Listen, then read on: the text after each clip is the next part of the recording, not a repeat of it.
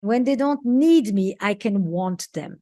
Because when they need me, I can be loving and caring, but I am not in the realm of desire and the erotic.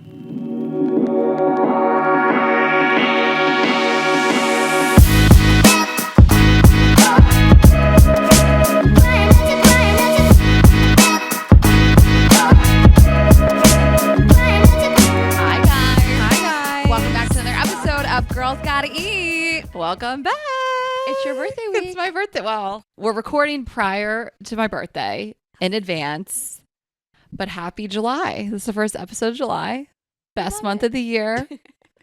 Cancer season. 3 of the 4 Hasseltine's birthdays. Yes. Cancer season. The whole family. Yes. So anyway, happy July. Hope you guys all had a great Ashley's birthday.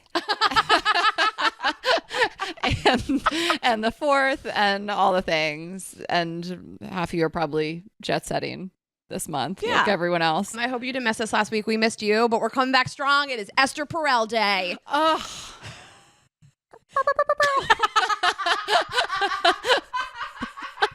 I just felt like we need all the things. This sounds like a little tugboat. We really just had the best interview with her. So excited for you guys to hear it. She's just... It's my number one guest in the world. It's the person I care about the most. Oh my God. Are you gonna cry now? No.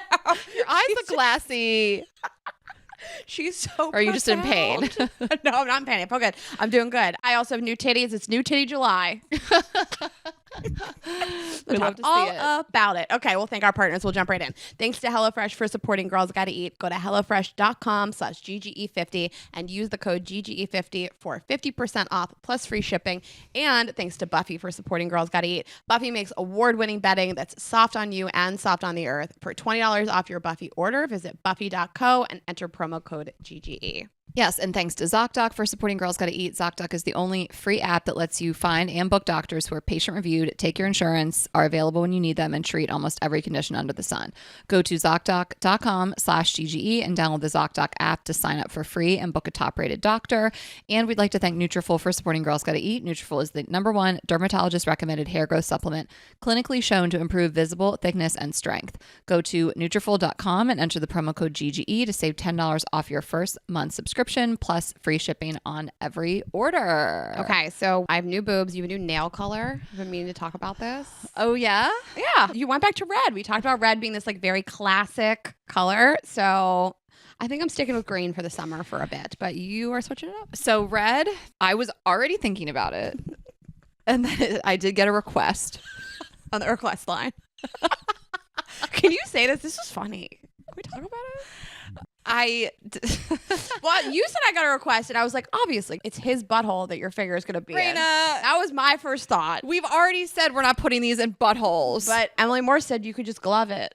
No, she didn't. She said you have to put cotton under it and then put a glove on it. That is so extreme. We started in the gutter. That's where I started.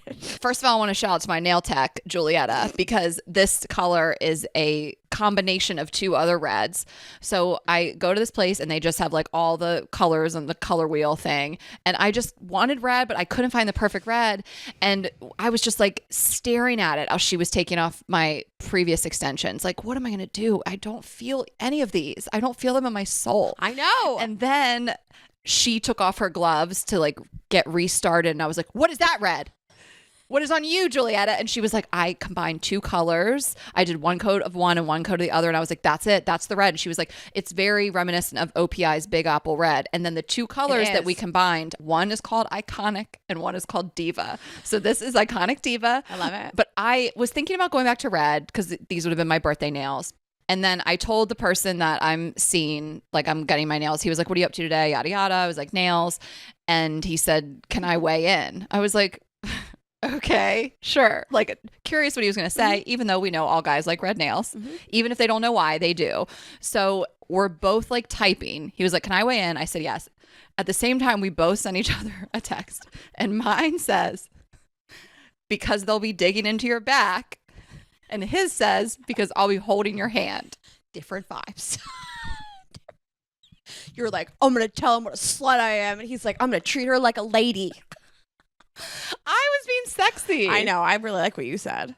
Thank you. I loved it. I thought it was great. And so I was like, you know, For me, I'm like, I never do something that I don't really like or something that goes against my boundaries. Your morals? Or my morals. Like, I'm not doing blue for somebody. But I'm like, if you're dating, it's nice to know what they find attractive because you want that in reverse. Like he asked me, I'm going to go get another tattoo. Where should I get it? And I've weighed in, you know, I'm like, well, I'm the one seeing you naked. Yeah. Of course. There's no point to be kind of like, you don't get to tell me what to do. Like, I'm always like, tell me what you find sexy. I'll do it to an extent. Well, this is the advice I've always given. Like when you talk about like, can I change my man's style? It's like, are you flexible in other ways? So the ways I've tried to be flexible is like, yeah, you can pick like what nail color I'm going to do. Or I'll say like, do you like option A or B of what I'm wearing? Like I will be a little flexible. I'll give you options so that I can tell you what you're going to do. I'm only doing this so I can tell you what to do. And your partner should know if something they're doing gives you the ick. Yeah. Blue nails. Well, he did a thing that gave me the ick. I told him. I said, don't wear that. I don't care. Do you want me to be dried up? There was this guy that I like, and there was this post of him wearing this shirt, and I was like, I was gonna forward it to you, and then I was like, I'm just not gonna acknowledge it. I'm gonna pretend this didn't happen. And then you forwarded it to me, and you're like, if you guys go on trips together, you have to change his wardrobe. Well, yes. So it was like, that's what he wears to travel. And it's so like, bad. that's his, I'm visiting a new European city. That's the shirt he put on in the morning. And you know, that's his best shirt. Okay. That's his favorite shirt. You know what? Let's fucking go. Let's talk about this.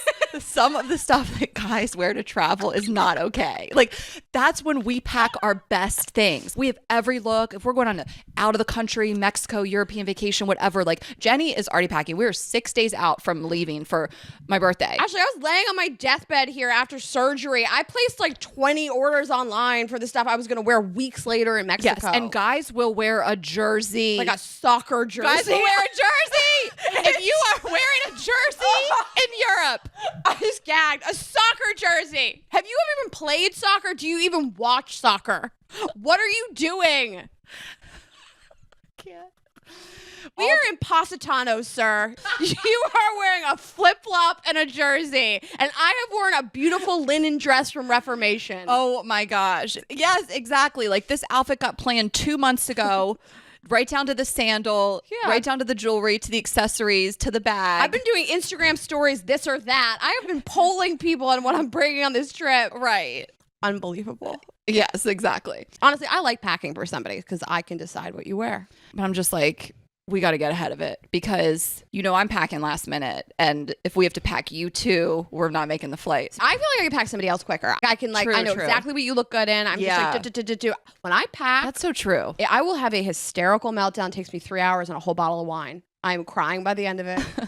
I'm a hysterical packer. Well, the trips we've taken lately have been like trips that are like show dates and then a vacation and then family time and then New York press. Yes, it's been like totally chaotic. Like the last few times I've had to pack for a long trip, I've been like very stressed. Like Tessa came over. I was like, I hate her to see me like this. She came over once when I was so frantic. And then I got in the car. We had the car pick us up and I get it. And I'm like, oh my God, I don't have my AirPods. I'd already put them through so much. We were already late. And I was like, now I have to move my car into my driveway. Like I was just so stressed. I mean, Tessa was calm, but she's probably like, she's my boss. She's got this. And I was like, narrator, she did not got this. So I'm like, we're probably gonna miss this fucking flight. And so I'm in the car. I'm like, oh my God, I forgot my AirPods. Like we're leaving for 10 days. I have to have my AirPods. So I go back in the house and then I was like, they're not in here. They probably are in my purse. And so I just grabbed another pair of AirPods. I had another pair to like bring with me so I could like save face. But I ended up telling Tessa like days later, I'm like, I just wanted to let you know that the AirPods were in my purse and I had to bring 2 pairs with me on this trip. So I brought 2, like just so I wouldn't look like an asshole to someone who works for us. And I still told her anyway. I do wonder what she says about us behind our backs. Does she tell people? I don't want to know. Don't tell us. It's just like she's seen us in a lot of different scenarios, but you really don't want someone who works for you to see you at that much of a low. When you're running late, you're sweating, you're crazy. I was like, I meant to shower this morning. I'm forgetting stuff. I'm like frantic. Like, it's just not. It's not the vibe. Yeah. Well, she just watched you take my underwear out of my washing machine and put it in the dryer and roast every single thing you took out of the washing machine. Okay. Okay, so I had surgery a week ago, which we will talk about, but I can't really bend that well. And so I was like, which one of them is going to do it? I can get it into the washing machine. I can't get it out. Let's back up and talk about the depth of your washer. I mean, I don't didn't know buy it. How are you getting in there without me? I jump up on it, I bend into It's it, so and my deep. whole body is inside of it as I'm fishing stuff out. I get a stomach ache. I have to like coach myself into this. It's so It's deep. like a running start to get stuff out. So we all know I love laundry, and I do laundry with the utmost care. So I hang dry so much stuff. I would never put a pair of Lululemon pants in the dryer. Like, I'm kind of psycho about stuff. Probably your stuff holds up longer than mine. Yeah, I've been doing my laundry since I was 8. Like, really taking care of everything. I'm kind of psychotic about it. So I came over and just started taking stuff out of the washer, and there's like a full-blown like silky corset. I was like, Raina, this goes in the dryer. You know you would put it in the dryer if I wasn't And I here. was like, oh, no, totally. And then you're I'm like, going to hang no, it dry. I hang dry it. And then you don't have anything to hang dry it on because you don't hang dry. So you threw it over a lawn chair. It is a bamboo lounger. Okay, sorry. You threw it over your lounge chair. It's just out there in the yard. You literally were like, totally no, I will hang dry that. And then I pull your padded shorts out, looking like a maxi pad attached to a pair of bike shorts. I'm like, what are these? Every pair of underwear goes in the dryer. Like, you're insane. And I know you're more normal than me. What do you Like, mean I think more most people normal? just put everything in the dryer. I think I'm the one that's like got a drying rack and I do all these things. I don't know. We'll do a poll. Are you more Raina's friend or Ashley's friend? Yes. Are you? This is so more Raina's friend and more Ashley's friend. I mean, if something occurs to me, if I happen to catch it on the way out, I will Raina, lay it out. First of all, the fact that that corset was even in the washer on a regular cycle, you know that tag said hand wash only. You know it did. You know it did. I have the same one. You hand have it. wash only. No fucks. But like, you're living more free than me. all I will say is nothing bad has really happened yet. Yeah, it's okay. You can do whatever you want. You're not going to get arrested. I don't really separate even that often, and truly nothing bad has happened. Exactly. You know, live your truth. So it's fine. I am recovering from my Yes, third let's talk about breast it. surgery. There is an exact inverse relationship to the number of breast surgeries you have and the amount of attention and sympathy you get. First breast reduction surgery, I had so many friends like set an alarm for 6 a.m. to like text me before the surgery to be like, good luck, I hope you're okay. Like, family members, everybody's like, I woke up to hundreds of text messages after that surgery. Second one, a lot of attention, but like less. But people were very concerned. This one, I got like a couple texts throughout the day. One of the people, this guy, texted me 6 o'clock in the morning before the first one. He sent me a meme like at 3 o'clock in the afternoon. I was like, I just got a surgery. And he was like, this is your third one. It is true. Okay, and this actually tracks because you've been saying you've been getting more attention on this third one from your new LA friends. It's like, yeah, because this is the first It's their one. first to them. round. It's their so first true. round. Also, this reminds me of a bit Andrew Collin did the other night. We hosted our show at the Improv, and he does this bit how marathons are like weddings and also now like surgery. So like your first marathon that you run, everyone's like, oh my God, congrats. They like gas you up. Your second one, you're like, okay, that's pretty cool. The third one, you're like, we get it. This is how I feel like kids too. And he feels like this about, yes, weddings. I'm not giving you like a baby shower for the third one. You've done this. We've given you enough gifts. Use the gifts from number 1 and number 2 for number 3. Well, I don't know if this is a controversial take, but if you get married a second time, I don't think you get to register. You're really going to ask for a gift from the same person that bought you a gift for the wedding that didn't work out? It also depends on what age you are. Yeah, so I guess so. I'm. People are going to be mad that I said this. I don't care. Who cares? We don't care. Well, if you're going to ask for gifts for the same people that bought you gifts the first time, are you refunding them? Right. I've already gotten a gift. I got you a wedding gift. Yeah. I got you a wedding gift already. I probably got you an engagement present, and I probably went on your bachelorette party. I mean, I've gotten you a bunch of gifts. I'm done. Me personally, as someone who hasn't had even one marriage, but I probably wouldn't ask for gifts for my second and third. I'm not even asking gifts for a marriage. So I'm I feel like at a good. certain age, like I would not accept gifts at this age. I mean, listen, I'll accept gifts. Please. But like I've bought the nice luggage for myself at this point. I have serving platters. I have silverware. I have all the stuff you buy for people. Yeah. Like I don't need somebody to like spend their hard-earned cash on a KitchenAid stand mixer. I have all the stuff now that I'm ever going to need. Totally. It's totally different when you're like more starting out. You don't have as much money and you're like, we need this shit. Yeah. You know what I mean? Yeah. I'm like cash only. Yeah. You want to just throw me some cash? I'll take cash. Yeah. You can fund my I'll next take some vacation. cash. I'll take money. That's all I want.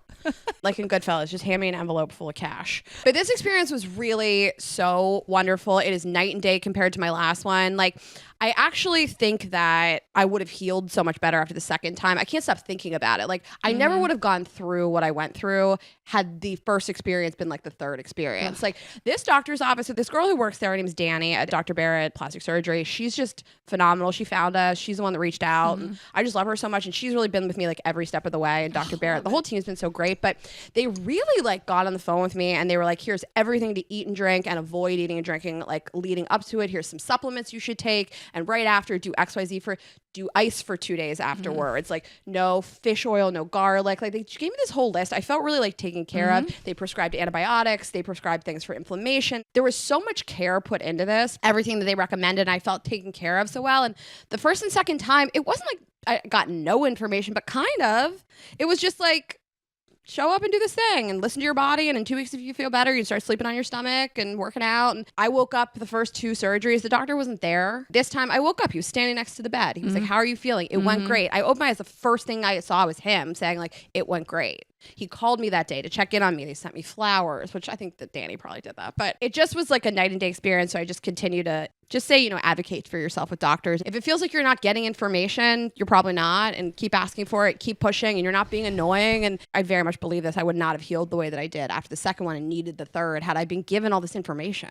I mean, that's how I felt with my rhinoplasty. If you're new here, I got a nose job in April 2021. Best nose job in the streets. That's the best nose ever in the universe, I'd say. And maybe Mars included. I don't know what they're working with over there, but I would be willing to put mine up against any Martian. Mars nose? No, like Dr. Ovchinsky, people often ask me. My dad keeps talking about how hot you are. Raina, stop. Happy birthday, Bill. We'll get back to Raina and her recovery and stuff, but I just want to jump in that like Dr. Ovchinsky, plastic surgery of Short Hills, like yes, him, of course, and he was there after the surgery, but also specifically Stacy, who works for him, was like the one that was just gave me all the information. It was following up, and you just feel so taken care of. Like these things are not to be taken lightly. Like, I don't care. Like, you're going under anesthesia, you're altering your body in some way. Like, you should feel taken care of no matter what in any procedure of any kind. And so hopefully if you guys are ever doing anything like that, you do feel that. And it's super important. And obviously if you are in New York or LA and you want a procedure that fall under the umbrellas of what these surgeons do, like these are the two that we recommend the most. Yeah. I felt really taken care of, and my boobs look really good. I'm really excited for like hot girl summer, and I've just felt bad about my body. I felt bad about how this breast healed. It didn't look great. It's not the end of the world. I've had sex with plenty of people who had a breast reduction, but I feel so much more confident. And I just think they look good, and I'm like proud of it, and I'm feeling better, and they've just checked in with me every step of the way, and I just feel like I have all the information I need to like heal, and I just feel really good. And you picked me up from the hospital. It was your turn this time. I had Emily and then Jeremy and then you, and you stayed while I slept. It was nice. And it was nice. I felt taken care of. It was nice. You actually texted me later in the day and you're like, do you need to go upstairs? Do you want me to come back? It was nice. Well, I want to make sure you were like taken care of. Looking back, I was like, should I have just brought Azul and like stayed the night? I will say though, so I picked you up and it was so nice because they did it like in the office essentially. There's a surgery center in the office. So it was like, I get to see Danny too and like see everybody, and I picked you up and I drove you home. And you were like kind of in and out talking. We were laughing. We were making jokes and stuff like that. But you were like foggy and you like reclined your seat back and everything. And you ended up falling asleep on the way, like Beverly Hills to Venice, like, on the second half of the trip. But I was driving so slow, so scared. I didn't want to go over a bump. Like we kind of hit a curb when I parked. You like hit that curb. And I was like, oh, I felt like I was going to cry. Like, because I will tell you that Lee Hesseltine picked me up from my nose job and did not take into account at all that I was in the car. Same level of road rage. Same speeding. He didn't give a fuck. It was the least calming experience was the ride from Short Hills, New Jersey to Dover, Delaware, while I was so incapacitated and fucked up and in pain. I was like, I can't believe. I remember banging out a text to Matt like, I'm in hell. Like, how do you have someone in the passenger seat that's like bandaged at the face or at the boobs or whatever, like someone that's so fucked up and you're like, I'm gonna drive regular me, road rage. Like, I kept thinking about my dad. He didn't change his ways at My all. dad would do that shit too. He'd gaslight you. Like, I just remember being in and out and hearing him like, fuck you. Like, he was just like cutting people off. I was like, Dad, like, I can't live. And he's the best driver. My dad's a former race car driver. Like, he knows what he's doing. I was safe, but like, I wasn't calm. It's hot. I wasn't pain-free. Like, You I were was really like crawling. amazing. I was at 10-2. Yeah, you were amazing the whole way, honestly. And then we just drove up to the street. There was tons of parking, and you're like, I'm gonna hit this curb as hard as. What I'm gonna do right now is wake her up. I can't. That curb comes out of nowhere on this corner. Yeah, we got you set up, and I came over Saturday just to like talk shit with you. You were drinking. I was like, oh, I miss alcohol so much. What did you text me yesterday? Dear diary, I miss alcohol. Yeah. I wrote another poem. I miss wine. You were so fine. Think about you all the time. Oh my God. Alcohol so much. Ugh. It's just, it causes inflammation, and I have some like pretty bad bruising, which is like super normal, but it's very funny because I was at the office and I was like, this bruising is pretty bad, and to be honest, I have to be in Mexico with somebody in a couple weeks, and they're like, yeah, we have tons of people that come out of surgery. Not me. You are too much. With some people are going to be in Mexico. You'll be there too. We'll give you guys a whole recap, by the way, on Yes. her like amazing birthday trip next week. But they're like, yeah, we do tons of patients that need to be red carpet ready like tomorrow. So no problem. They just like hop to it. They're like, here's this red light therapy. Here's all these supplements. They were just like, bop, bop, bop. Like, if you need to get your tips done, you should do it in LA. Yeah, that is true. Like, their clientele are people that are like, whoa, whoa, whoa, no time to waste. Right? Can't be loaded right now. Yeah. I have an influencer trip. I have a tart trip coming up. All right, let's take a quick break and then we'll get back into it. You know, let's just talk about ZocDoc because we are talking about doctors and we are such a fan of ZocDoc, and you can really get on there and find any doctor that you really need for whatever you need. It's a free app where you can find amazing doctors and book appointments online. We're talking about booking appointments with thousands of top-rated patient-reviewed doctors and specialists. You can filter specifically for ones who take your insurance, which I love that feature, ones that are located near you and treat almost any condition you're searching for. So we're obsessed with this. This is how we have like found not these two surgeons that we're talking about. They reached out to us, but we found other doctors. This is how I found my gynecologist and the doctor that took care of my butt crack cyst. I just want to be clear. It wasn't internal. And they all have verified reviews from actual real patients. The average wait time to see a doctor booked on ZocDoc is just between 24 and 48 hours. So you can even score same day appointments sometimes. So I like that. You know, it's like if something's going on and you really don't want to go to an urgent care, you really can get in there pretty quickly. Once you find the doctor you want, you can book them immediately with just a few app taps. No more waiting awkwardly on hold with a receptionist. It's super easy. And I like their follow-up too. You can review your experience, of course. And again, just find the doctor that works for you. We are such fans of it. The app is super easy. We have both used it more times than we can count, and we think that you should too. So go to ZocDoc.com/GGE and download the ZocDoc app for free. Then find and book a top-rated doctor today. Many are available within 24 hours. That is ZocDoc.com/GGE, ZocDoc.com/GGE. Yes. And our next partner is somebody I'm so thrilled to have in my home post-surgery, and that's Buffy. They make award-winning bedding that is soft on you and soft on the earth. It is in every single bedroom in my house. It is the comforters. It is the duvet cover. It is the sheets. I'm obsessed with them. So what I have on everything is the Buffy Breeze sheet set. It's really soft. It's like so soft. And I like to sleep naked. It feels incredible on your body. It feels so expensive. And the comforter and the sheet set are really ideal for like hot climates, but I use it all year round. So it's really comfortable all year round. I have it on all my beds. I've literally just been in bed for a week and it's been absolutely incredible. And then if you want to try something else, they have the soft eucalyptus sheets. They're cool and hypoallergenic. They're dyed using natural skin state botanicals, unparalleled cool softness. They have great colors for these things. We just swear by it. Every bed in my house is Buffy comforter, Buffy duvet, Buffy sheets. I love it. It's the best feeling on my naked body. And I have my bedroom at my brother's house outfitted completely. I sent them my old pair, because I have a king bed now. So I sent them my whole queen bed from my old apartment with the soft hemp linen sheets and the cloud comforter. And so when I go there, I get to sleep in it. And I will say, I don't always sleep so wonderful there. I don't know. I'm just like out of my home, whatever. But last time I slept so well. And I think that was part of it, that I sent that bedding there. I mean, it's just a game changer in terms of how you sleep. Also, Buffy offers a free 7-night at-home trial so you can experience Buffy before committing to buying it. Shipping is free, and customers also enjoy a 100-night free returns policy. For $20 off your Buffy order, visit buffy.co and enter the code GGE. That's buffy.co. Promo code GGE for $20 off. And if you are newer here, we have a website, girlsgoteat.com. Every one of our partners is on there. Tessa updates it every week with all the promo codes. So you can check that out there. All the episodes are there. There's merch, Vibes Only. There's a link to that as well. And yeah, you can go there for anything you need. And we have some new Vibes Only stuff, actually. Oh, yeah. Do you want to talk about it? Yeah. You want to announce the new stuff? We have a new blow gel for summer, orange creamsicle. Oh, creamy. Suck on that. I keep wanting to say it's creamy, but it's not creamy. It's not like an Aperol spritz orange. It's like a creamy orange. Yes. The flavor's creamy. Right. The product.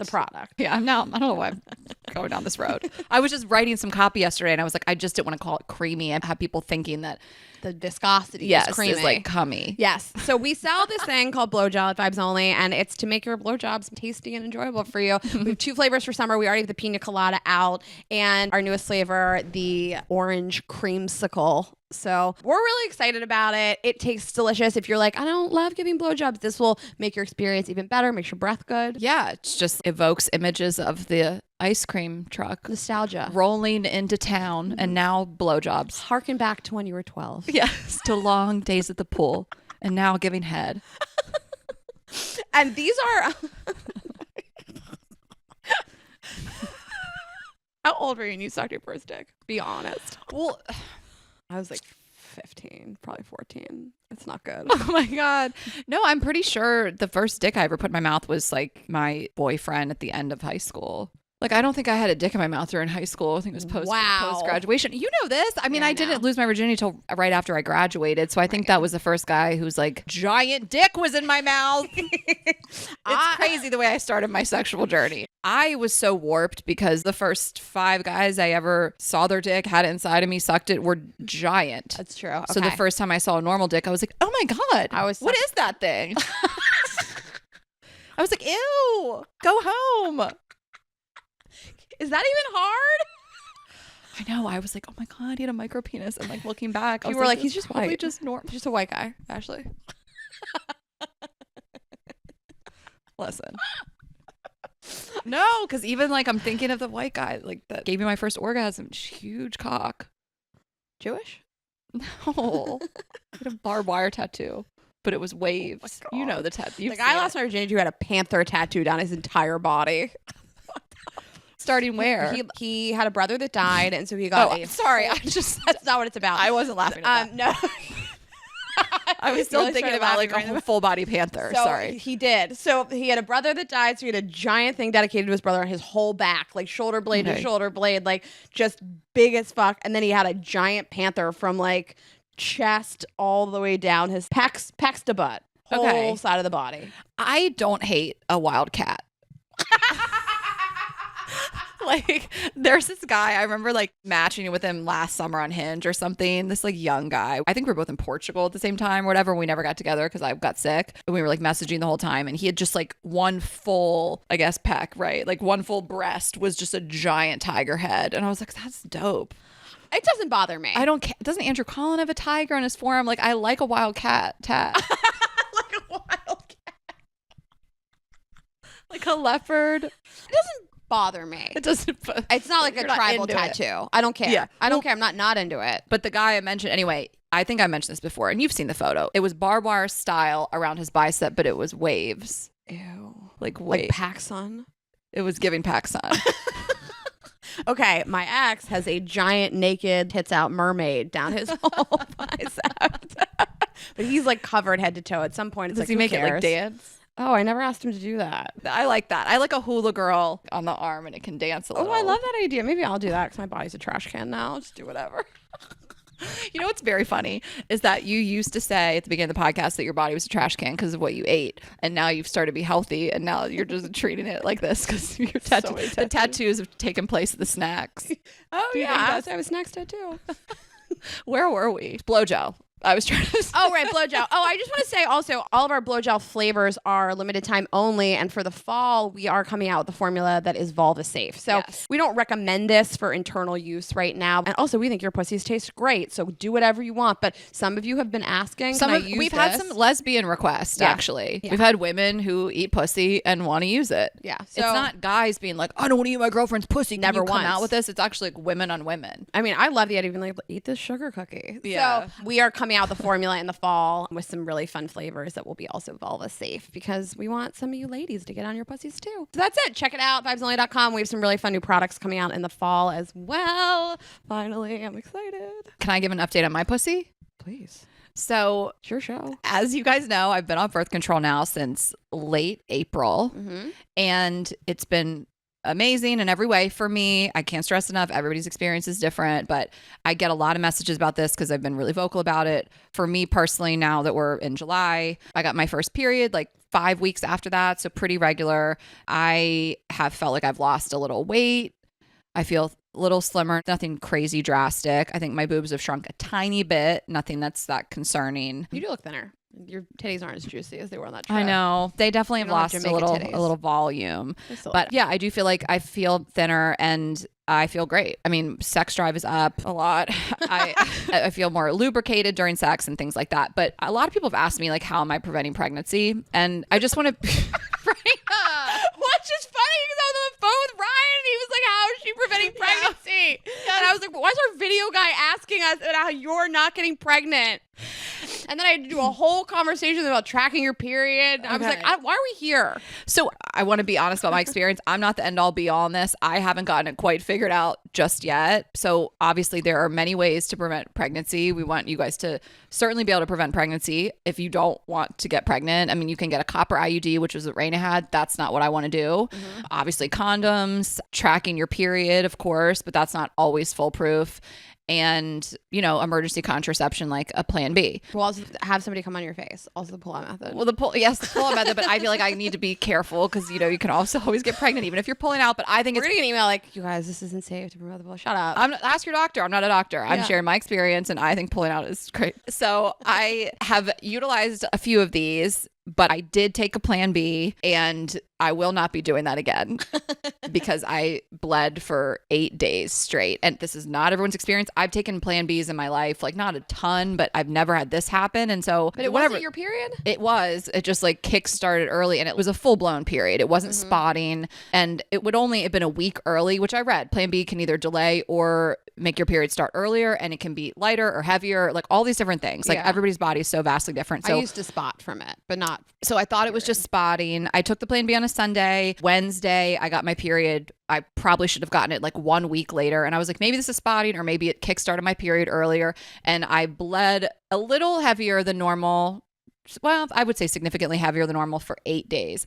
And never in my life since getting my period at 13 have I had a period that long. My periods have always been 4 days, like 5 max, sometimes 3, like 8 full days. I was like, this is my life now. And I knew it would end. But anyway, I just want to say. What were your periods like before, since April? Normal? I only got the one. Normal though? Yeah. If you guys are curious, I felt like it was very definitive. I felt like there was no spotting. I got it on a Tuesday and it was gone by Friday and it was heavier, but like 3 days exactly and heavier. Okay. And the PMS wasn't that bad. And so I was like, damn, this is awesome. Like this is my first period since getting off birth control and it's been fine and manageable. But this, not that I was going to turn to plan B as my primary form of birth control, but I really want to not do that again because that was pretty brutal. And then my whole point is to not put hormones in my body. Right. So I get it. It's so great that we have it. And of course you should utilize it when you need it. But people have just been asking me a lot, like, what am I doing? And I'm like, I don't have all the answers. I'm still trying to figure it out. And so obviously if you want to play it completely safe, like use condoms and or get a copper IUD, like whatever is going to work for you. And I also just now want, out of my own curiosity, to like see what my fertility even looks like. I don't know, just to know what I'm working with. I mean, I know there's always a chance, but if I went to get it checked and they were like, girl, there's a very slim chance you could even get pregnant, I maybe would feel a little differently. I don't know. Talk to your doctor. I'm not an expert. I just want to be really honest and transparent about my journey with this. And like literally today was like the first day I haven't had a tampon in 8 days. So that was not ideal. By the way, I love that we are synced up on our periods and our nails. We're getting manicures like around the same time. I gotta go like tomorrow or the next day. We're right at 3 weeks. I gotta go get it. You got yours yesterday, and then I got my period at the same time too. So we're all synced up. Well, maybe it wasn't even the plan B. Maybe it was you. It was me. It was the energy I was giving. Kicked your period off.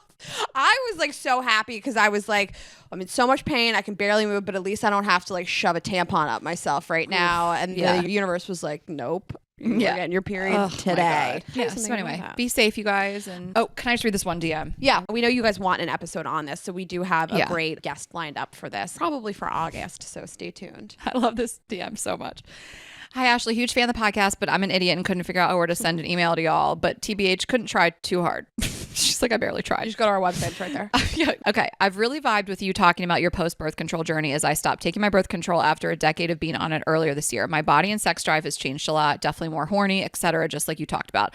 Before on birth control, I would never want to have sex at all. I wouldn't feel sexy in the slightest and would get extremely depressed. I'm on my period right now and I feel like I've never been so horny in my life. I even masturbated the other day, which I've never done on my period because my fiance was gaming and not in the mood. Not the gaming. What does that mean? He was gaming. Like gaming, playing games. Like Raina, gaming. Playing a video game. Probably with a headset on. Oh, ew, ick. Just wondering if you have a similar experience because I kind of feel like I'm going crazy because she's so horny. Also, totally cool if you read this in the podcast. Sorry if this is a weird DM. I did respond to her and say, like, yes, overwhelmingly, people have a higher sex drive when they get off birth control. I've heard that so many different times, but I just couldn't. I'm dead. She was on her period. She masturbated. Her fiance is probably playing Call of Duty in the next room. Probably yelling at some 8-year-old and she's just rubbing one out. Nothing gives me the ick more. So if you can masturbate through that, that is crazy. You are so horny. Yes, that's so funny. If you can masturbate while your man is gaming, good for you. That means you're on birth control. Yeah, that's how you know. That's how you know you're hormones. You might be on birth control if you can masturbate through that. Gross. Okay. I was so horny yesterday. I tried to... Okay, after breast reductions, since I'm a pro, I try to not masturbate that much. I'm worried that my nipples are going to get hard. I'm going to like rip the stitches. Right. But this is gross. But they normally take your nipples off for breast reduction, but I didn't have that particular surgery. I just had an augmentation. So they're nice and intact. So I feel safe masturbating. But the mood struck yesterday morning. And you know how many windows are just like all around my house? And one of them looks directly into my neighbor's yard. And I just threw a blanket on and I was just like, we'll see. Yeah. I rubbed one out. It was nice. I mean, I feel like him walking in is like a fantasy come to life. You know, if he could do that one day. I've masturbated to that. 100%. I have. To him. Well, that day he walked in, the day I met him, he was shirtless. He was sweaty. He never has a shirt on. It's amazing. No shirts over there. I hope he never puts one on again. Well, when he came over, my fantasy is like actually what happened when he came over. Because remember, I was making that meal. I was making tacos. And he was like, those look so good. Your fantasy is that he sees you cooking. He's like, she's so domestic. He was playing with Azul. He had no shirt on. He was all sweaty. I know. Like, didn't Tessa sneak a picture of him and Azul? Or I was taking snapping pics. I have so many of them. I guess I just meant I was like, the tacos are part of my fantasy. Are they? That is so I love sex before a meal. You know that. Sex before dinner. Well, my fantasy is that he like sees me doing that and he's like, you can keep going. I can help. And like comes up behind you. Yeah, like, or he's just watching through the window. I'm just watching him watch it happen. He just opens his window. He's basically in my house. Oh, sorry. I was talking about cooking. You're talking about masturbating. Totally. Comes up behind you. I'm picturing the kitchen counter. You're like, what? No, totally. I feel like I'm a couple weeks away from him watching the show. He sent me something the other day. He was like, I think this would be funny for like a GGE live show. And I was like, oh, we're calling it GGE now? Right, when they start abbreviating. Oh, you're listening. That's okay. I'm into it. He's hot. 100%. If you're listening, you should come over and have sex with me. Okay. Yeah. Same over here. I'll get the tacos out. I'll get my taco Actually, out. I'll make us snacks for after sex. I have your taco right here. Nice. If he hears this, oh my God. Well, you know what he got served on TikTok the other day was Hannah Berner's salami squad post of Hannah throwing meat at my head on a boat. And he was like, this was on my For You page. And I was like, no. I look so ugly. I'm getting so good. I'm getting slapped in the face with some sweaty meat. Yours was the best one. We've done these twice now with Hannah, this salami challenge where they just throw salami at our faces and we have to catch it. And mine are never funny. Like, I'm never the person in the comments that they're like, girl number 3. Like, mine are just, I can't get a funny moment. Yours was so good. It went right to your forehead. Yeah, it landed on my butt. It was so good. That salami was too big. I was sabotaged. Our friend's husband was tossing them this time. And he literally like just tossed a giant hunk of salami at my forehead. Oh my God. Ew. Do you want to read one email? Yes. That we got? Okay, so we've been getting some great emails from you guys. We always do. And you can also email stories@girlsgottaeat.com if you have something you want us to talk about. But I saw this one come through and just thought it would be fun to discuss and see what you think. I'm going to change the cities mentioned. She writes, subject line is LOML is far away. Love of my life is far away. I'm writing this, frankly, because I don't trust anyone else's opinion on this. I moved from LA to New York about a month ago. Killed it. Keep it simple. Yeah. A week before I left LA, I swear I met the man of my dreams. We went out a few times and had a blast. We immediately hit it off and know we would have dated for a while if it hadn't been for the move. Is it worth it to reach out and ask how he's doing, or do I have to wait until I'm sure I'll see him again? Or maybe we just had fun because he knew he'd never see me again. He told me I was the whole package and that it was a shame that I was moving, but do men really mean it when they say things like that? Much love and thanks for everything, always. I mean, you don't know, but there's only one way to find out. He absolutely could have been just lying and blowing smoke and saying all these things because he in his head thought he would never see you again, but also maybe not. I just think life is long. I mean, yeah, if somebody said to me, should I enter into a long distance relationship? I'd say, like, is there ever a possibility of the two of you living in the same city at all? But I don't know. Life is long. You don't have to make a decision right now. And I think you can make hard decisions in a relationship later. But you went out with somebody 2 times, you enjoyed them. Why not? Why not have a text message conversation, maybe a phone conversation? I am a huge advocate of long distance relationships. We'll talk about it with Esther and keeping like the magic alive. But I think there is something to be said for like spending long periods of time apart and how fun that is. So I would absolutely entertain this person, at least on some level. I totally agree. I can't tell, like, she's like, should I reach out? I don't know if she's heard nothing from him.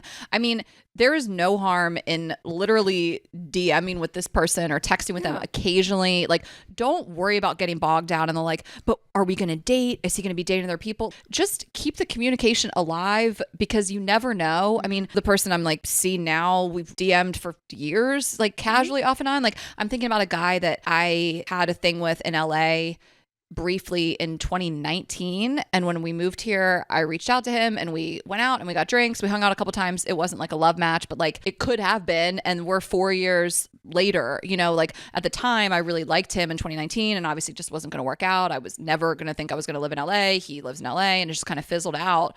But I fired it back up just to see and didn't really feel a spark. So I say that to just say, like Raina said, it's like weird because it's like life is short, but life is long. You know, you can look at those 2 different ways. Life is short, send the text, but life is long. You never know when you might see someone again. Like, you could move back to LA. He could end up in New York. You could meet up somewhere. Like, don't go into things of like, what does this mean and what's going to happen and how will it play out? Just keep a friendship, if nothing else, and see what happens. Unless your goals are so strict right. You're like, I want to have kids in the next 6 months. I want to be married. Then yeah, probably not the best match for you. But like, why not have fun and enjoy somebody and date around? And I think that there's a lot of value in relationships, even if they're long distance, even if they're here and there. And like you said, you never know, like years down the line, what it can turn into. So why not entertain it a little bit if you enjoyed this person? And you literally never know what could happen. I was the most staunch, I will never leave New York City. You will bury me in the East Village. And I have...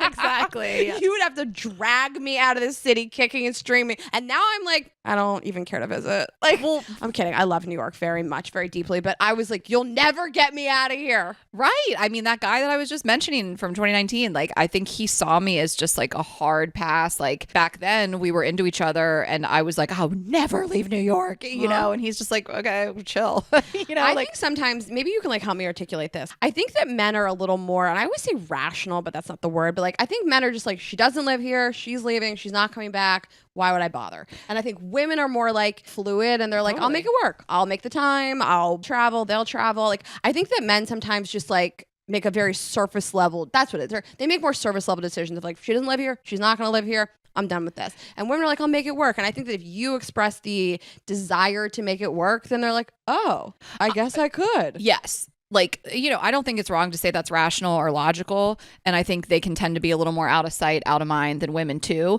And they're just different. I mean, logical. We feel like we talked about this even with Mimi Winsberg of like, when guys aren't texting, they think everything's great. And when we're not texting, we think like something's wrong. That's sort of a different topic. But this guy could be like, she moved. She was great. She was cool, but she moved away. Like, I don't know. If you said, hey, I'm going to be in LA next week. Do you want to meet up? He'd probably be like, fuck yeah. Yes. I had this happen with guys I met in different cities where I haven't spoken to them in so long.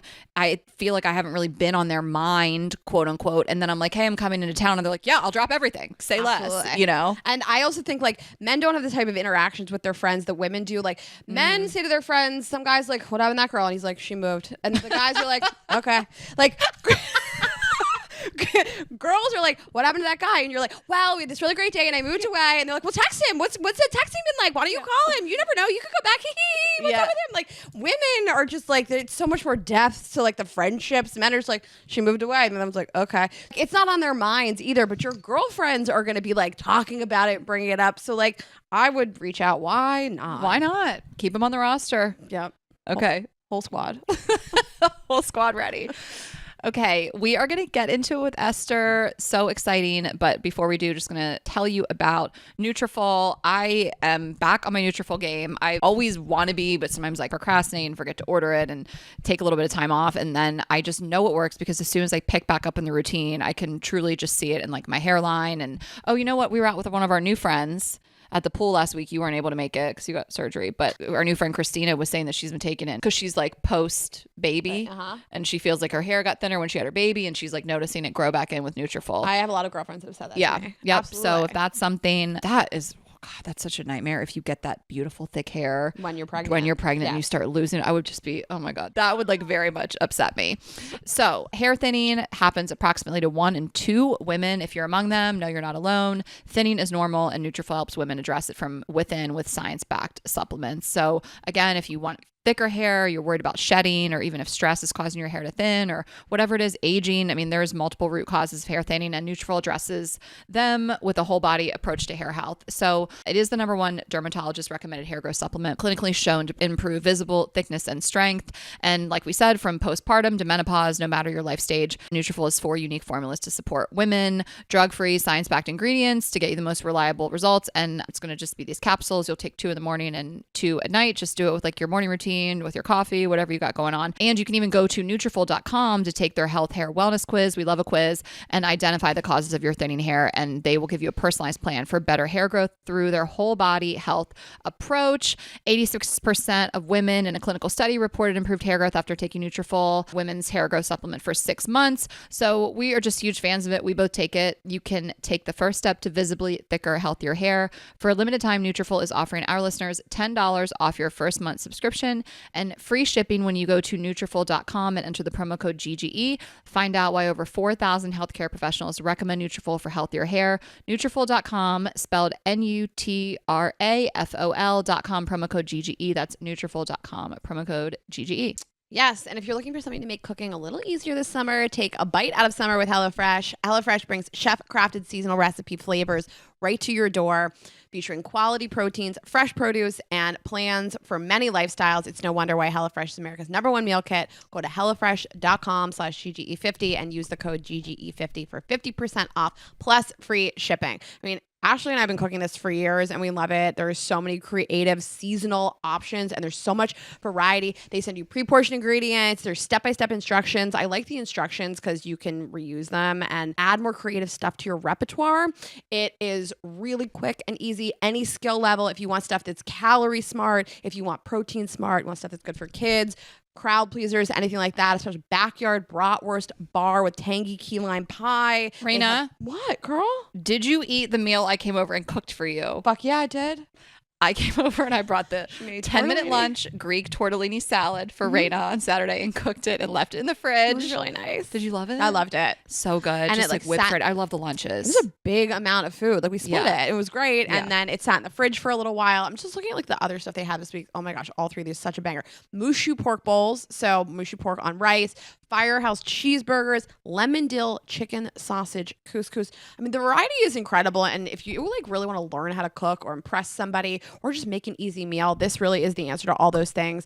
All of their ingredients are really fresh and delicious. And if you're traveling this summer, if you want to change the address where they ship it to or skip a week, everything is super, super simple. Great way to save money, serve amazing meals that will please a crowd. You can go to hellofresh.com/GGE50 and use the code GGE50 for 50% off plus free shipping. All right, it's time. We're so excited. Yay.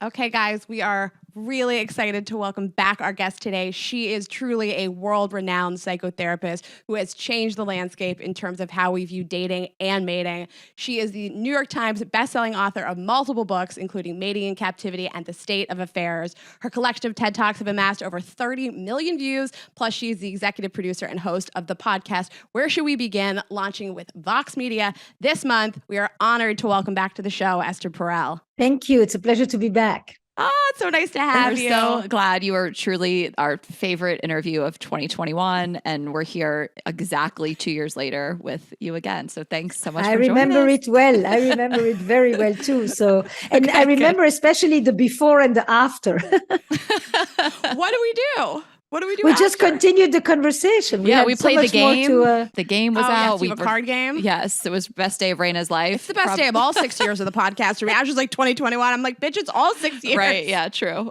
Career highlight. So thank you for joining us it's a pleasure again. to be back. It's really a treat. So we're really excited. Your podcast is relaunching with Vox in such a cool way. And you were telling us before you started recording, you're surprise calling people and giving them therapy. They left voicemails. Tell us about it. Yeah. So we are now going to be dropping an episode weekly, every Monday. And it's going to be a mix of the long form that everybody knows for the past 7 years, that are the 3-hour one-time sessions with a couple that gets cut into an hour. None of these people are patients. They've never been, will never be. These are people who apply for the podcast. But now we also are going to have short form, where I basically receive recorded questions from people, and it mostly actually solo people. And I call them by surprise and just say, you send me a question. Would you like to have a conversation with me? I wouldn't call it a therapy session, but I could call it a little laser intervention or something where we just literally zoom into a particular pain point. I'm also going to start a subscription with Apple. That was launched yesterday, actually. And there I invite you behind the scene. There's so much that is left on the cutting floor that I never have a chance to share. Letters we receive from people, the couples that have been on the podcast who want to share with us what has happened to them. And people are always curious. So now I have finally a way of inviting you to all the things that are not just in the one episode every time. And all of that is happening right now as we speak. Oh my gosh. That's so exciting. What if you were in the shower and you missed a call from Esther Perel? I would need therapy for that. I love it that you could be on a date, and whether it's going well or going badly, and Esther Perel calls you, and then you're like, you know what, actually, let's just talk about what's happening right now at this dinner. That's what I probably would do. Yeah. You know, and then I would say, is that person here with you? Shall we ask that person the very question you're asking me or yourself? Yes. And we would take advantage fully of the serendipity and the spontaneity of the moment. Yes. And the person on the other end is like, I don't know, this is a lot. Her She sent me to couples therapy on the first- called. on the first Yeah, day during of the therapy. day. And you're like, I swear, I was surprised too. It's like, sure. I want to set this up so that you do this. I to think me. it was either Obama or Joe Biden was calling people like around the campaign, which is like, I feel like Yes. you'd be more excited for Esther Perel to call you than be way more than excited. Obama. Okay. Well, we can't wait to listen. I'm really excited about this. So we were trying to narrow down what to talk to you about. We did an episode with you 2 years ago about fidelity and cheating, and we really encourage people to go back and listen to that. It was a really groundbreaking episode. So we want to change it a little bit and do some different topics with you. A lot of it is, what is a perfect partner in terms of give and take and how we view ourselves in a relationship and what we need from other people. But we have some really fun stuff to talk about. We want to start with couples or single people? Can I make a distinction for you? Yes. Because I think that when we divide the world between the couples and the single, I'm not sure that serves us as well, because people have been in a relationship and today they are single, or they are single yesterday and today they're in a couple or in a triple. So I don't know that I want to divide that world like that again. We all grow up and evolve in relationships, all sorts of relationships, romantic, friendships, family. So we come with a whole history of us in relationships. And I think when you do it like that, it's less the world of the norm is the couple. And then there is the single people who ask themselves, what am I doing wrong? Which is really not exactly the way this works. Thank you for saying that, because I think sometimes, you view a single person giving dating advice and you're like, but you're not in a relationship. And it's like, but I have been. Well, I've played in the game. I can coach this game. It's really I've played. ridiculous. When people say, why would you take relationship advice from a single person? It's like, the only person who can coach a football team is someone who's actively playing in the NFL. Like, it makes me feel so crazy. We've all been in relationships. We've all learned a lot. I personally think if we're going to really, let me just say one final thing, because this really irks us, is like almost someone who's single has a better perspective because they're not taking their own relationship that they're in currently and bringing what they're dealing with into like a situation where they're advising on. So anyway, you kind of sparked something in us when you said that, because it can be really frustrating when people say that. And people have had so many different relationships and life experiences. And then there could be someone on the other hand that's just been in a relationship since they were in high school, the same one, and they have a totally different experience than a quote unquote single person who's really been in a lot of different types of situations. So the reason we said that is just because we agree with you wholeheartedly, but we have a lot of listeners who may be at a point in their life where they really want to find relationship, they want to find love. And while we have you, we were just wondering if you have any advice. I know that's a very broad question, but I think a lot of people do wonder, not necessarily what am I doing wrong? What's wrong with me? We certainly don't think like that, but just, is there something I could be doing to get to a place where I can find love, be in a healthy relationship or throuple or whatever you may be looking for? Yes, and it connects a little bit with the question that you threw at me before we started the recording. And you said, we have questions about what is a perfect partner. And I guess I would start by saying a perfect partner is a partner who's aware of their imperfections. There is no such a thing as a perfect partner. That's the beginning thing, is that there is a person with whom you decide to make a life with. There are love stories and there are life stories. There are people you can love and people you make a life with. And there are many more people you can love, actually, but you would never make a life with those people because you come from completely different worlds. But you can have a beautiful love story on a trip, outside of the boundaries of your respective lives. And once you begin to think in that broadness, I think that the first thing I want to say is there is a real challenge today, often in meeting people. And I think it's different by gender. It's another thing. I think there's a different pressure by gender because of biology. And because sometimes when people want children, that comes into play in terms of the pressure they put on themselves and the time frame that they see they have available to them. I think that one of the most important pieces of advice I often give is I say to people, when you go on a date, don't date alone. Don't go sit in a noisy bar to try to ask each other questions as if you're doing a job interview. Bring that person in your circle to whatever you were going to do today anyway, so that if they are continuing or not continuing, you don't instantly feel like there is this gap. There's a person who came to join you. See how they interact with your world. See how the people are speaking to them. You learn a ton of information about them that is often much more useful than the set of questions we prepare for our intake interview. And then don't have an outcome attached to it right away. Allow this to be an exploration. Don't be ashamed to tell your friends, I would love to meet somebody if you know anyone. You know what? Let's have a dinner. I bring 5 people that you don't know. You bring 5 people that I don't know. Let's mix our groups and see. And let's not have the digital version, the virtual version take over on the real life serendipity. Be in places where people have a reason to begin to talk to each other. They're at a tournament together. They're at an exhibit together. They're at an opening. And you, by definition, can approach someone and say, oh, what do you think about that thing on the wall? So you don't have to say, let me talk about you. I'm just talking about the world around us. And from there, you say, oh, would you like to go and have a drink or take a walk? Or there's another show I heard about. This much more organic, integrated fashion actually allows you to stumble upon love, to discover something that you didn't think fits the bill on paper. Some of my favorite interactions with somebody on a quote unquote like meet cute date is when I'm not interviewing them and we are just observing things in a room. That's right. And I'm just laughing so hard. I'm like, you observe things the way that I do and you see the world the way that I do. And it's not as important to me as what your career is or how many sisters you have. I love the passion with which you spoke about that. It's really important for people to hear that it doesn't have to look like this.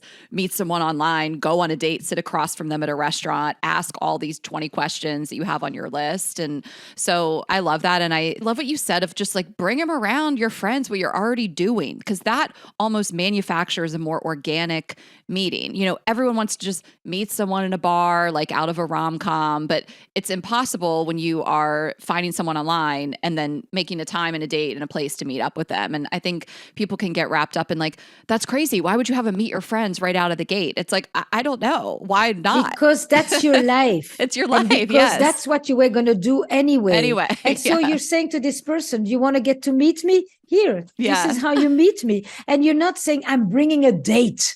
You're just saying, you know, I'm bringing someone to join me. And if they don't come back, your life continues. Yes. You don't have a thing that you brought them on the outskirts, you know, and I love it. dating zone. And here is my life. In any case, you're going to integrate them. It's a very interesting thing that people decided that it was safer to put that person outside, like in a no man's land, in some noisy place when you can barely hear what they're answering to you anyway. And that only when they really feel clear, then they're going to bring them into their life. And I can tell you, when people actually follow this, they come back and they say, it felt so much more natural. It's the way it used to be.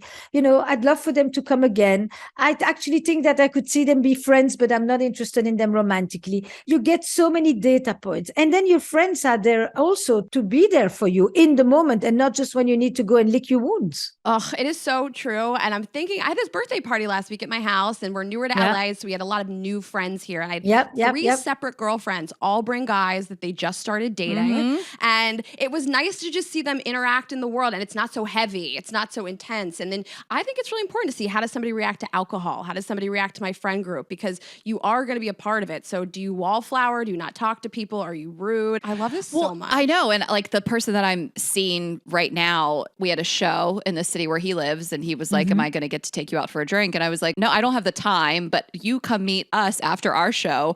He walked into a room, all of our friends, like walking into what can kind of be an intimidating situation, but that was what my life was doing that night. You know, like I didn't have the time nor really the will to be like, let's go sit one-on-one at a bar or at a restaurant, you know, this person that I didn't know that well. And so it kind of threw him into what was already happening. And that's what I prefer. And it's been working out. So, and then they can comment on what's happening in the green room or on other people that they met. And you begin to see how they relate, how they think, how other people take them in. I mean, a social situation is a perfect moment and a perfect situation to actually meet someone, a kind of a sidestep that is, you know, uninterrupted by anything. The only thing you can look at is how they treat the waiter. Right. Absolutely. I'm laughing because our one friend brought this brand new guy to Raina's party and they were just in her house, touring the house. You were like, are they in my bedroom? Like she has this beautiful home. And of course, like, you know, it's a beautiful home. You want to show somebody, you want to comment on it. Raina has art, all the things. There's a lot to comment on. But you were like, are they upstairs? It's crazy. But I want to know, are we going to talk shit on the same stuff? Do you laugh at the same stuff I do? Do you think the same stuff is just total bullshit that I do? Because if I say something and you're like, you know, I think you should be a little kinder about this, then we're not going to work out. Okay. So I want to talk about, so we get into a relationship with somebody, the dates go well, the friend hangs go well, the trips. We bring our own sort of notions of like how much I need to be with somebody, how much independence I need. And doing that dance, I wrote down a lot of stuff from your Instagram, but this dance of like independence, needing security versus needing freedom. So maybe we could talk about navigating that at the beginning of a relationship and tie it into this like relationship figure eight of like you do a thing and then I do a thing. Maybe I threw too much at you. No, but it's a beautiful thing. It's actually not something we just navigate in a relationship. It's something we navigate throughout our lives. I can ask every one of you. I can ask both of you. Were you raised primarily for autonomy, or were you raised primarily for loyalty? Were you raised for self-reliance, or were you raised more for interdependence? And when I say raised, it doesn't mean that it was a series of explicit messages. Sometimes, we understand what the culture is by virtue of what's absent. But we all have a need for security and safety and predictability, and we all have a need for freedom and exploration and curiosity and discovery. Every human being is born with both of these needs: home and journey, roots and travel. Its epic stories are organized around this. It's a real archetypal thing. But everybody comes out of their childhood, some of us needing more security and more safety and more protection, and some of us coming out and wanting more freedom and space and individuality. I'm sure you would know instantly who you are. And then how do you bring that into your relationships, right? Do you find that actually your vulnerabilities meet the other person's proclivities? That if you are a person who needs more predictability, routine, structure, you find yourself actually drawn with someone who is more liquid, fluid, flexible, spontaneous, and there is a complementarity around that. So it's a very interesting way in which we match. I don't think that it's about differences attract as much as how do we experience complementarity? What do you bring out of me and what do I bring out of you? And in the beginning, we experience these as positive things.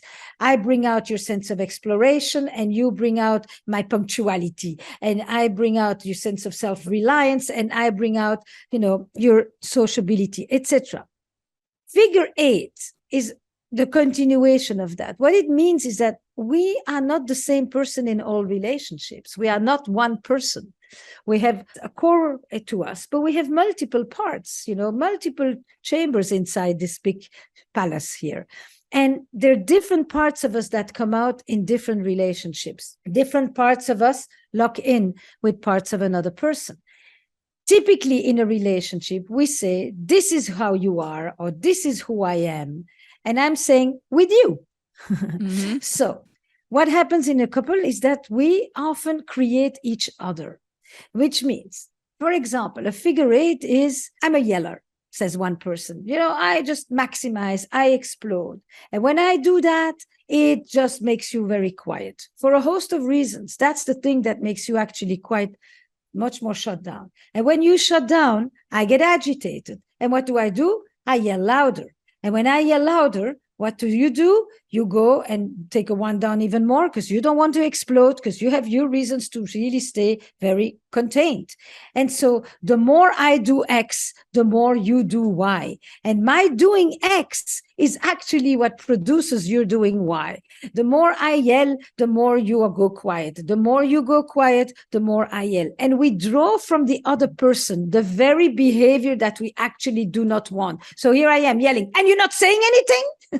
Mm-hmm. It's like the classic situation, and you were to say, no, on what basis do you want the person to say something? You've just said it all, or vice versa. I wonder what examples people have and what you do also of like, here's this thing I see in myself in some relationships and not others. And I think jealousy is like a big one that comes to mind, because I have people that I've dated that would say she acts a little crazy. She acts a little jealous. And I have other people that I've dated that would say, this is the least jealous person I have ever met. Correct. Lets me do whatever, would never look at my phone, would never think twice about what I'm doing. And I think it's hard to say to somebody like, well, you're making me like this, because it can sound accusatory, but is there like a nicer way to say that to somebody? Because their behavior is what's causing me to act like this. Maybe somebody's a little less secure in a relationship. Yes, it's not invented. It's not invented at all.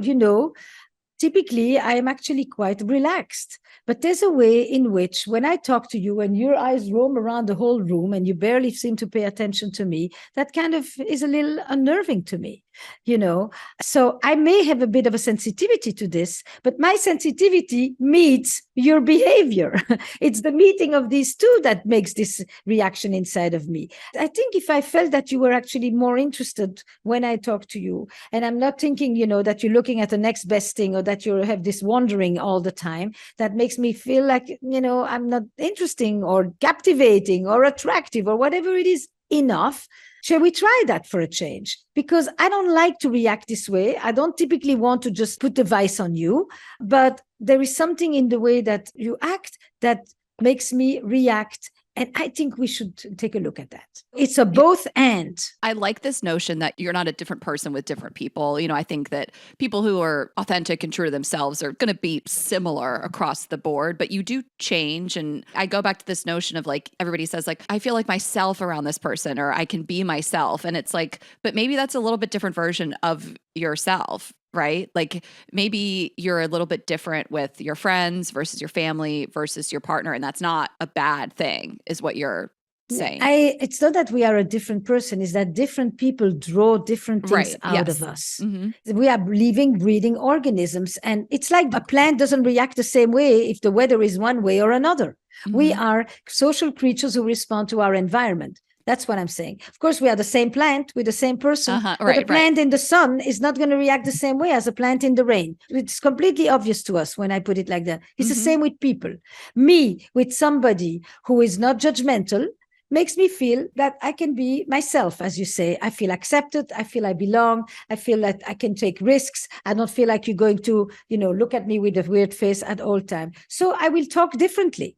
I will talk differently if I experience you as open and accepting than I would talk if I see you as rigid and judgmental. Mm-hmm. Like, with my parents, they could both say the same thing to me and I would freak out if my mom said it, but I'd be fine with my dad. Do you have like a thing like that you would say? I don't know. I mean, I think sometimes that it's interesting how we react to people who are close to us versus people who aren't in that tight inner circle. I'd be more reactive to something that like my brother did than just a second or third tier friend. I don't know. I like think of things like that. I think it's just worth like reflecting on yourself. And also there's self-talk there. It's like, I think you should always ask yourself if you're overreacting and if it's just the relationship that you have with this person that's causing you to frame the situation in a way that may not be accurate. But let me ask you, you are a creative pair. So you have a complementarity. Each of you knows what are the strengths of the other and where you turn to the other person because either she says it differently or she has a way. You have complementarity, and it probably is not the same as you have with other people in your life, right? Yes, that's accurate. I mean, we have a very unique relationship in that we are best friends, business partners, and we're really have become family, and we're very involved in each other's families. Yeah, I don't know how to. I do. So like Ashley and I, like Ashley tends to like make fun of me a little bit more than I make fun of her. We have a very reciprocal, but like she will tease me a little bit more. But you've said you have friends that like tease you a little bit more. Does that make sense? And I have friends where like I have one in particular that I kind of look like as a little sister, and so maybe I'm like a little harder on her or tease her a little more than I would somebody else. And different people just exacerbate different parts of my personality. Yeah, I always find that interesting. Like, I think in friendships, there's one friend that just kind of roasts the other friend a little bit more. Yeah. And it's funny because my like other two best friends, I'm the one that they tease more. And then I'm the one that does it to rate. I don't know. I'm always exploring the dynamic. Yeah, of course. So if you're not roasting your friends. So when I said security or freedom, what would you say? Are they equal for you? Do you find yourself leaning more towards one or the other? It's interesting because I think we both value freedom and independence, but we don't have to worry about the security part. I feel completely secure with Raina as a friend, as a business partner, as someone who, no matter what happens, will work through it. We've done it, almost coming up on 6 years. So there's just I don't know if there's 100%, but there's like a 99.9% feeling of security I have with her that we're both so committed to our friendship, our business, and no matter what happens. I mean, people have asked us, would you go to couples therapy if you needed to? And we said, absolutely we would, but we truly haven't had the need yet. We've been able to work this out on our own when we do have any sort of conflict or hurdle to cross. But I think we both view it that way. Yeah. I think we're also at a stage in the relationship where we know which battles to pick and what strength the other Yeah. person holds. And we're just like, you got this. I'm fine. I trust that you're going to take care of this. You got it, you know? Right. So that's complementarity. But I do love the independence versus dependence. And But you know how it plays out in a relationship is this. It's one Mhm. of the ways, in many ways, is that you will often find that in a relationship, there is one person more in need for protection Mhm. and more afraid of losing the other, and often more afraid of abandonment. But you find that there is another person who is more in need of space or freedom and more afraid of losing themselves, not the Mhm. other, but themselves, and more afraid of being suffocated. So this balance between the fear of losing the other and the fear of losing oneself, this is one of the ways that dependence or loyalty and interdependence on one hand and freedom and autonomy and space on the other plays out. And when you ask a couple, generally they have the answer. That doesn't mean that it doesn't change. We actually have different relationships at different stages of our lives, and we can have different relationships with the same partner at different stages of our life too. So when you see this, which it sounds like you're saying most of the time, there is one partner who is a little more fearful of losing the other one, and there's one that's more fearful of losing themselves. Mm-hmm. Is this causing problems, or is this just something to be, I mean, I obviously it can, but is this something to just be aware of and also be aware of your partner and what role they're playing, kind of telling yourself like they need their So, you space. know- I need to make sure I don't, Right. I'm just curious how you see this play out. I think that what's very beautiful about this little example is it plays out in very small things, but small things that are extremely meaningful in a relationship. For example, I like to know, if you're going to be late, let me know. If you're staying out tonight, let me know. If you've landed, let me know. The other person, that's really not on their radar. It doesn't matter. So what happens in a relationship is that we sometimes give the other that which we would want them to give to us. But that doesn't mean that that's what they want. Mm-hmm. So what I say is, listen, to you, it really doesn't matter. If you figure if she didn't land or if they didn't land, you'd know it and you'd get a phone call from the hospital. See it on the news, So yeah. you're relaxed. But for them, it makes them sleep well. Why? What's the problem? I don't care about it. You don't have to care about it. You're not doing this for you. You're doing this for them. And for them, it means a lot. We are not the same, and we don't do the same for each other, because what matters to one person may not matter to the other. And if you take your norm as the norm, then it becomes an issue. But if you say, I don't care, but for them it's a big deal, I have no problem doing that, then you do it graciously because it actually lets the other person feel better. And that way they don't have to worry about being neglected, forgotten, abandoned, whatever it is. It doesn't even matter. But you've given them the peace that they wanted, rather than judging it. Why do you need this? I mean, come on. You're not my mother. You're not. Then you have a problem. If you just simply say, if that helps you, I'll do it. No problem. I assume the issue comes into play because there's a line. There's like, sure, I will text you when I land. But then there's a line of like, I can't tell you where I am going to be every moment of the day. You can't track my location. Correct. I think the person that's scared of losing themselves is obviously like, I don't want to do this. And so now I'm changing and I'm losing part of myself and I'm becoming more controlled by this person. They Yes, feel you're like under all of that. surveillance. Right. Yes. So that's right. That's a very, very good point. So at that moment, if you're in my office, that's when I switch to the other person. I say, look, a call, a this or that. Yeah. But, you can't hold them on a leash in order for you to not feel worried. You have to deal with your own fears and your anxiety, and they're yours. There's a limit. Your partner is not responsible for it. Your partner can do a few things that make you feel better about it, but they're not there to, make up your whole childhood. So at this moment, you're putting a GPS on your phone so that you know at all time where they are. Surveillance doesn't bring trust.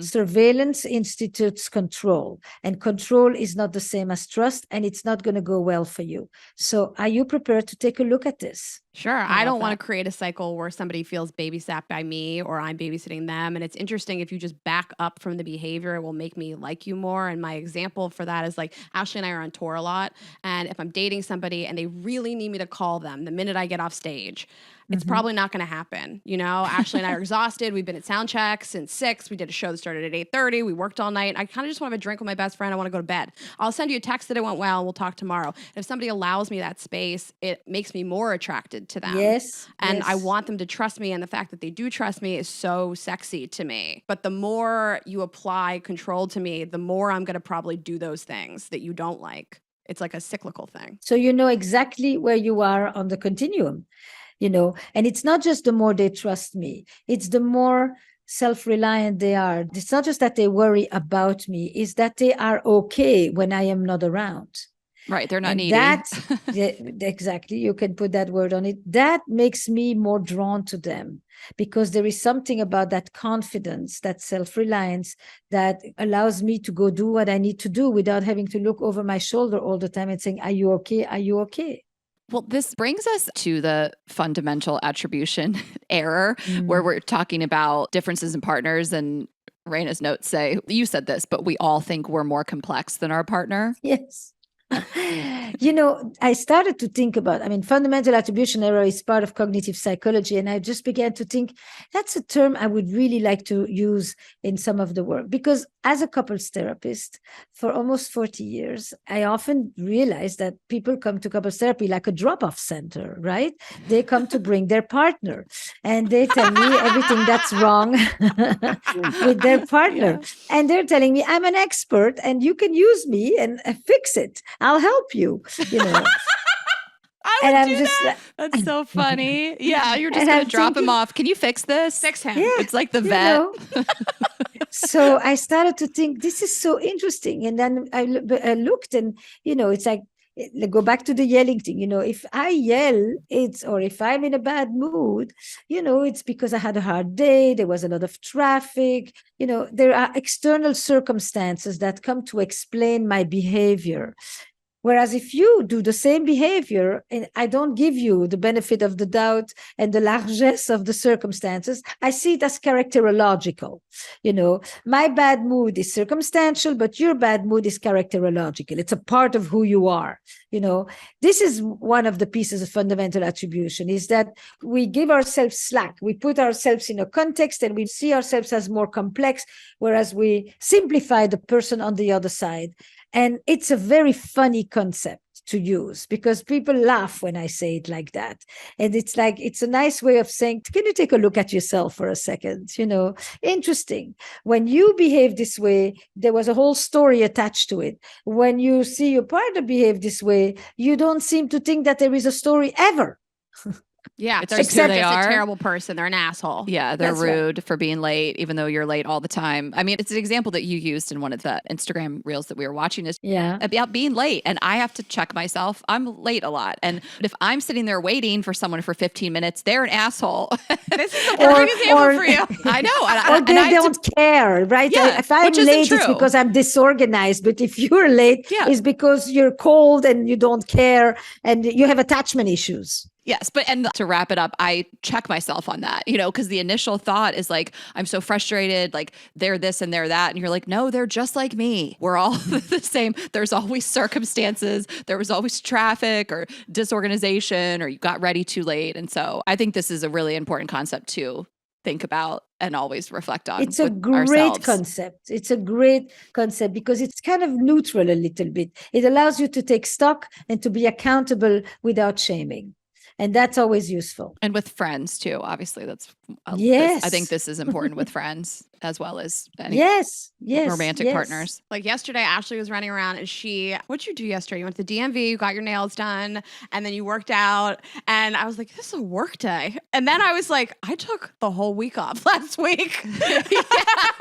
She was like, I'm sorry, I'll be home. I'll look at this later. And then I was like, she fucking better. And then I was like, oh yeah, I took the whole week off. And then I worked from 7 to midnight, you know, like I just made it up later. I was like, I need to have a day to myself. I got to get my nails done and my birthday's coming up, you know. I saw this email she sent at 10 p.m. last night. My heart like swelled up. I was just like, look at her go. But did you think of yourself, I was quick to judge? I thought to myself for a second, I was quick to judge. And then I had self-talk and I was like, bitch, you took a whole week off. Yeah, I had to like carry these companies on my back last week, which is another example of our relationship health. Is just, there was a point last week where I was like, yeah, I don't love that Raina is under anesthesia and I'm the only person that has the answers to all these questions. Everybody from our team is asking me this, asking me that. Like, I kind of just want to have a relaxing day and then go pick her up at the surgical center. But she would do the same for me, and she has. I just think that it's always give and take in romantic relationships, friendships, and business partnerships. Absolutely. And you're asking me, for example, and I'm giving you very simple ones just to get the concept. But when you listen to the episodes of Where Should We Begin, it's one example after another of how couples organize around the dynamic of security and freedom, or around independence and loyalty. You see it all the time. And you see also the history that brought them to lean more in one direction or the other. And when you ask them about their other relationships, you see what is consistent. And you see the relationships in which they've often been exactly on the other side of the conversation. They've been in both roles, I like that we can be both. We're not wired one way, and we're destined to be that way in every relationship until the end of time. I think it's extremely hopeful as a view. It actually, this idea about the comparison with the plant, I have to say it very often, but it actually gives people a sense that they're not stuck. Because when people come to see someone like me, they come because they're stuck. That is the primary reason. Stuck inside themselves, stuck with their partner, stuck in the rut, stuck in the same stories, stuck in sexually, stuck is the organizing thing. So anything you can offer to people that breeds hope. And that means there is more than just this way of being, and it's inside of you. It's not like you don't have any access to this.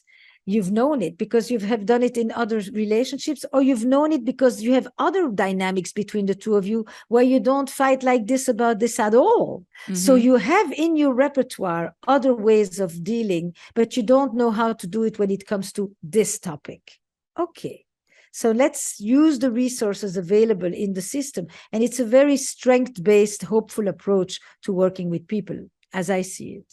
It is so interesting that we show up as totally different people in different relationships. I mean, I have people that have really exacerbated my incredibly anxious attachment. And I have become love me, pay attention to me, I need you. And other people, I've almost been avoidant. And to me, it seems like who's more alpha in the relationship for me, in terms of the energy I give out. And I think I'm probably closer to the center. I'm a pretty securely attached person. I grew up in a wonderful family. My parents really loved me. But every person I've dated has sort of pulled out different traits in me.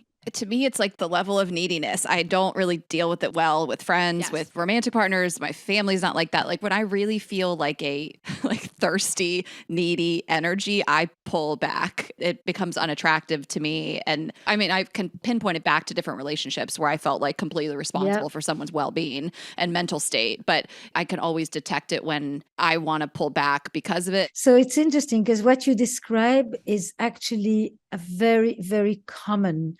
I can illustrate it to you with a question that I've taken around the world with me, probably 25 countries, where I asked the question, when do you find yourself most drawn to your partner? Not sexually attracted, drawn in the broad sense. And universally, the first answer is when my partner is in their element, when they are self-sufficient, when they are radiant, and the radiance can be when they're at a piano, on the horse, on stage, doing their thing, but basically they don't need me. And therefore they are confident. And when they don't need me, I can want them. Because when they need me, I can be loving and caring, but I am not in the realm of desire and the erotic. Yes, when I am proud of you, when I'm looking at that person thinking look at him go, that's when I feel the most excited about somebody. Yes, I'm that's inspired. That's the second one. It's admiration. Same thing. But this thing about caretaking as being often unerotic, because it also, especially for women, it appeals to the maternal. And the maternal means I have to be concerned about you. I have to worry about you. I can't be that attracted because desire demands my ability to at some point not worry about you, but be focused on myself and my own pleasure. So physically, it's I love this so much. And what we didn't want to go too hard on with you today, but I'd love to just hear you have like a little bit of time to speak on it, just because we've touched on it so many different times, is that maintaining independence to create desire, and how the sameness is what kills desire. And when you just become the same person, you live together, you spend every night together, you have all the same hobbies, interests, friends groups, all the things. And then all of a sudden you're not having sex and you wonder why. So we have talked about it a lot, which is why it wasn't one of our primary topics for you today, but we'd love to just hear you speak on it a little bit, because we can't hammer it enough to people. I mean, I can continue the same thing. So the first answer is usually when my partner is radiant. Basically, there is a space, a distance between me and the other. When I see you at the piano, when I come to see you on stage, when you're on tour, when I admire you, when I'm proud of you, there is a distance between me and you, a psychological distance that actually is the erotic elan. That's the whole idea. There's a tension there. There's this person who is usually so familiar, who is momentarily, once again, somewhat mysterious and unknown and elusive. And I don't have you, and therefore I can want you. But the second answer, that is, there's 4 of them that really kind of give you a theory of desire, so to speak. You need attachment for connection, but you need separateness for desire. And the second one is when I'm surprised. And the surprise means that it is exactly that. We're not doing the same. We're not in the routine. It is unpredictable, and it calls for the otherness, and therefore a bridge to cross. Now, you can surprise me in 1,000 ways. You make me laugh. You dressed a certain way, but it's, you make me curious, and curiosity is an essential erotic ingredient. When we are apart, when we reunite, meaning that distance, again, space, is at the root of desire, and not just when we are together, actually, that longing and yearning are core elements of desire.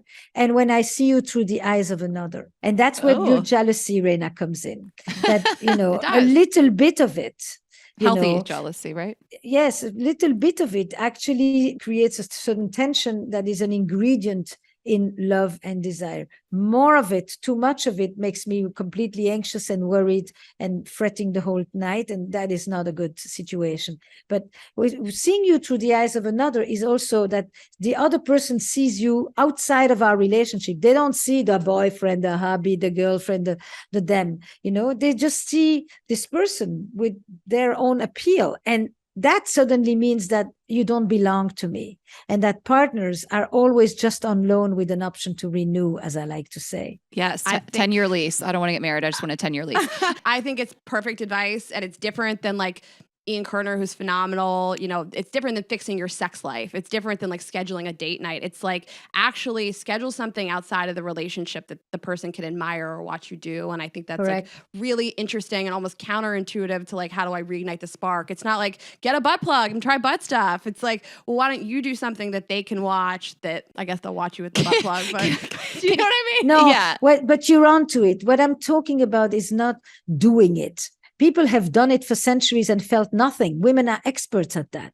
I'm talking about the erotic energy in a relationship. What makes you feel alive, vibrant, curious, imaginative, playful? That is what leads to wanting to be sexual with somebody. You can do it. That's not the point. The erotic doesn't ask you to do much of anything. It fills you up with imagination and energy. And that's a very different kind of approach. Yes, you're right. Can you say the 4 things one more time? Yes, when you're in your element, and that means confident, radiant, self-sufficient, i.e. you don't need me, therefore I can want you. I don't have to take care of you. I don't have to worry about you. Worry and care are not always erotic, especially for women.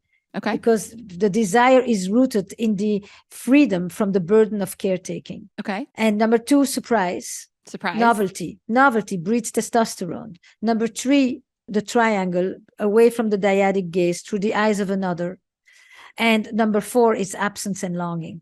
Distance. Long distance relationships exclusively. This is not a theory, by the way. This is me cultivating, asking this question to thousands of people and gathering and just saying, I see a pattern here, and it's cross-cultural. There's only one that is gender specific, by the way, is when she says, I'm drawn to him when he plays with the kids. Okay. And it's not reciprocal the other way. No, because when she plays with the kids, that's not very sexy. It's not playing with his penis. Huh. It makes sense. He's like, it's the mother figure. You don't want to fuck your mom. Some people want to fuck their So mom. that's exactly it. Well, that just blew Yes. my mind. Because, yes, you see your husband with the kids. You're like, oh, I'm so turned on. Yeah, it doesn't work the other way. God damn it. I don't want kids, but I'm just saying. Yeah. Okay. Esther, Well, this was incredible. I'm at a loss for words, but we really appreciate you joining us again and talking about all this with us. Yes, and hopefully we can do this with you in person. And congrats on the, I guess, relaunch of the show. And we can't wait to listen to it. If you want to tell everybody where they can find you, and we'll, of Yes, course, tag you everything in the can- descriptions. So the podcast is available on Apple Podcast or anywhere where you listen to your podcast. The subscription is an Apple subscription. Vox is our platform distributor, and it's every Monday, weekly. Where should we begin? Work. And where should we begin? Love. It's all on one feed now, and I can't wait to see you there. Okay. Us too. Oh, we miss you. We Yes. can't wait to see you soon. This was Bye. great. Thank you so Thank you. much. Bye. Bye. Well, we hope you all enjoyed that interview as much as we did. And you can find us at girlsgottaeat.com. Everything you need having to do with Girls Gotta Eat, tour tickets for the fall. And again, our partners, our episodes, all of that. Girls Gotta Eat podcast, both on TikTok and on Instagram. I am Ash Hess. Raina is Raina.Greenberg. And of course, Vibes Only, vibesonly.com. Get that new orange creamsicle blow gel. Vibes Only on Instagram. And make sure you're subscribed to YouTube, share with a friend, and we'll see you next week. Have a good week, guys. Bye.